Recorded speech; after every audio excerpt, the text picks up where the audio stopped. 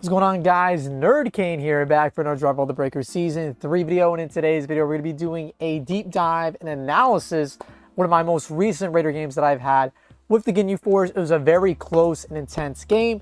I want you guys just to see what some of the best plays look like in Dragon Ball the Breakers on the Raider side and on the server side, because this was, I feel like when it comes to the Breakers, there's like a really high quality type of matches that you don't normally get to see, and I feel like that's one of the matches that just took place. And I want to talk about some of the moves that the survivors made, some of the moves that I made, why I did them, why I could have did some things better, why they could have did some things better, some things that are a little questionable, all that good stuff. We're gonna go ahead, pull up the footage and talk about it as we watch.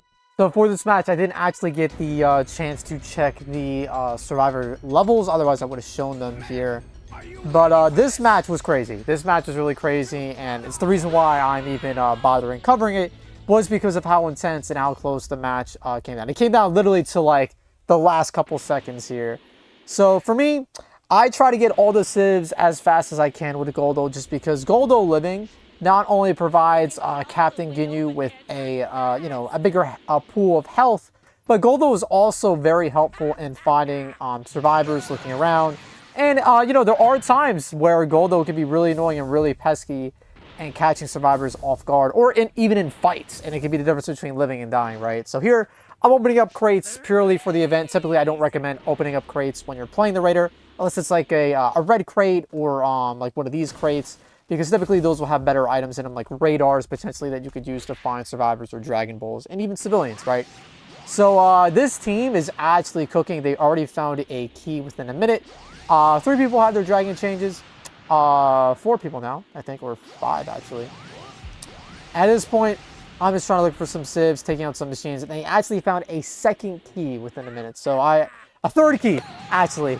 So I really need to get moving here and find as many civs as I can. Thankfully, I do find 2. And I move on to my third. At this point, I want to find my 4th as fast as possible, because a lot of these guys have their dragon changes, and if they all approach me at once, they could definitely jump me. And here, they already planted a key within a minute and 30 seconds into the match, which is kind of wild, kind of wild indeed. But luckily, I do find the final civ here, and I will be getting the homie Raccoon, and they plant the second key within 2 minutes, which is pretty insane again. So these guys they're rushing me, but they don't have all the keys found yet, so it's not like the match is over yet, right? But this is definitely a fast-moving game, and since it is moving so fast, I figured I'd take a shot here and try to destroy B. Unfortunately, they do get to plant it before I destroy the area, meaning that I'm not able to decrease the Super Time Machine startup time. So it's going to stay at that juicy 20%.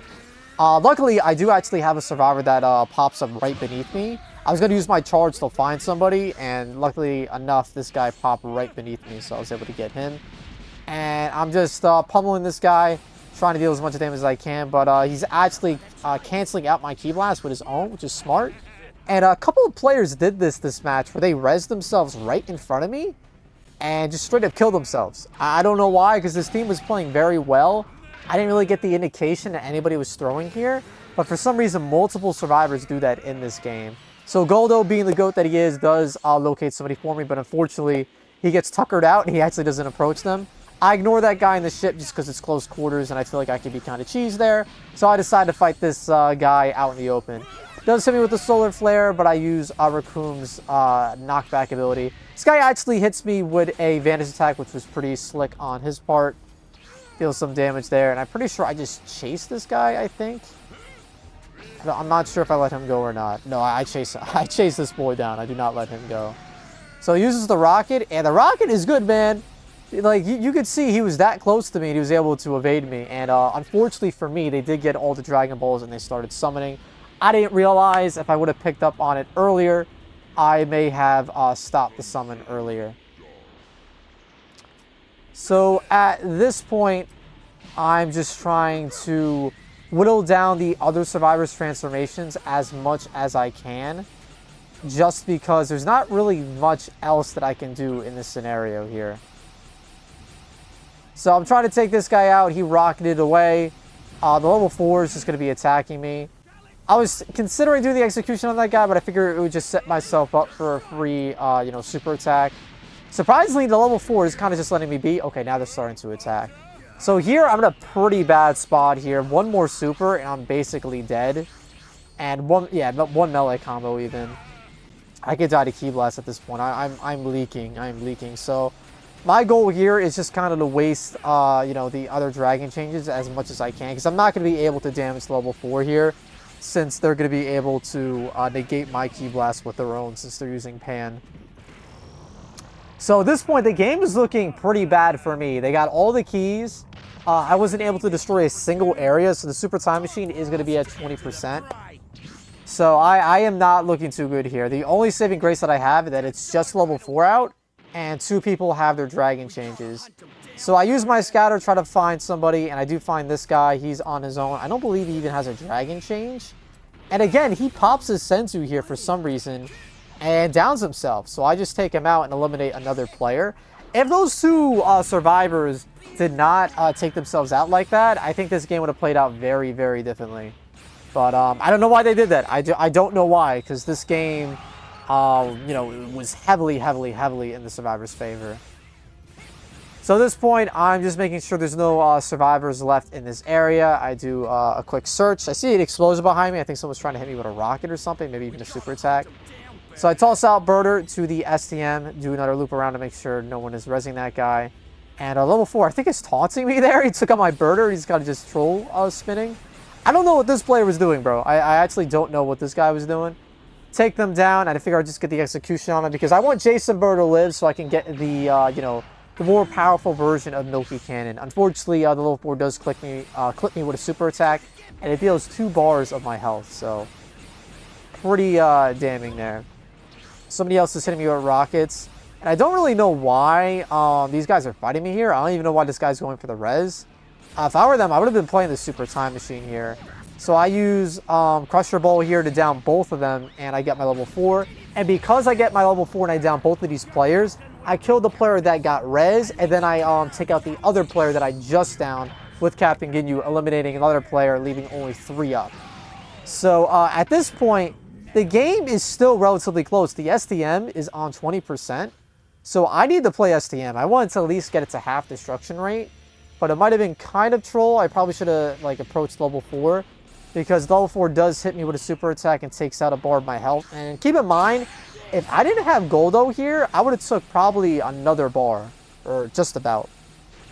So here I'm trying to deal as much damage as I can. I didn't think that was going to land. I was trying to do that actually just to catch up to level 4. They are doing a good job keeping me at bay and dodging me here. I do think the other 2 survivors should have been playing STM here, but I guess they were grabbing the supplies.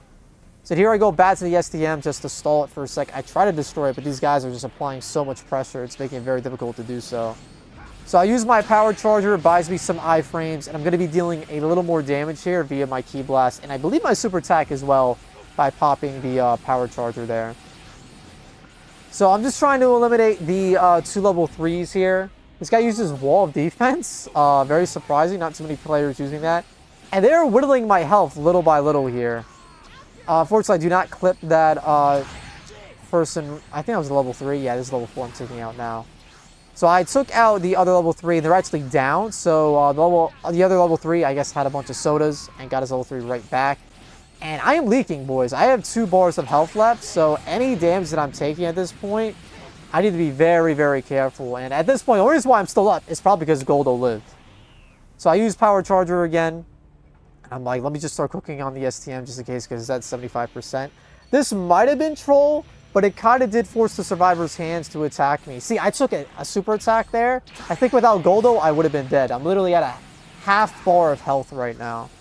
So fortunately for me, I do whittle down the level 4, and I do end up downing them. They do stall for quite some time, and Guldo did alert me where the last survivor was, which was good for me. And I do find them with the scouter, and I do think they get their dragon change back. They do. So this guy could kill me. He actually could kill me. So luckily he goes for a melee. I'm actually going to rewind here because it happened very quickly. This guy went for a melee, and I believe because he missed it, he got stuck in the missing animation, and it gave me the opportunity to hit the body change, and I was able to clutch this one out. As you can see, this game was incredibly close. My health bar was literally this big. If I did not land this body change, this survivor, if he had a stun or something like that, he could have stunned me and landed the super attack, and I could have been donezo. So this game was very, very close. Props to these survivors here.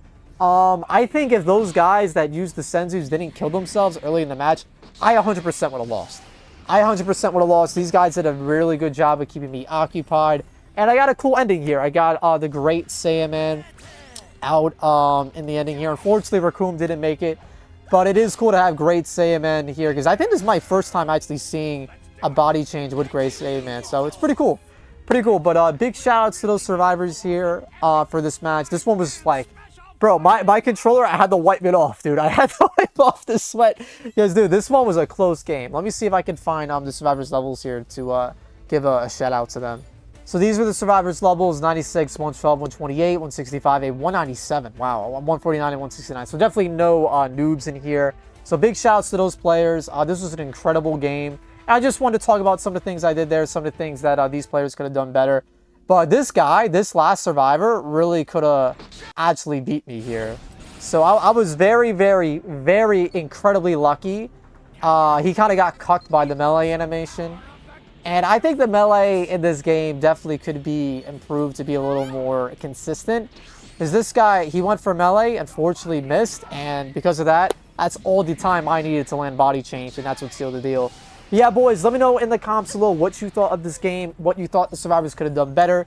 If you thought I deserved this win. If you thought I should have lost. If you thought the survivors deserved the win. If you think the Ginyu Force is OP in your experience. How is the Ginyu Force in solo queue? I think it is pretty difficult, almost impossible sometimes to beat the Ginyu Force in solo queue, but it has happened. It has happened. More people are picking up the 99% key strat. I do want to make a video on that because it is very important. But yeah, boys, if you like the video, make sure to leave a like, comment down below some of the questions that I asked you, and if you enjoyed the video, subscribe to the channel for more analysis like these, showcase updates, funny moments, leaks. I'll catch you guys in the next one. Take care, stay safe, have fun, peace out, boys. NerdCane out.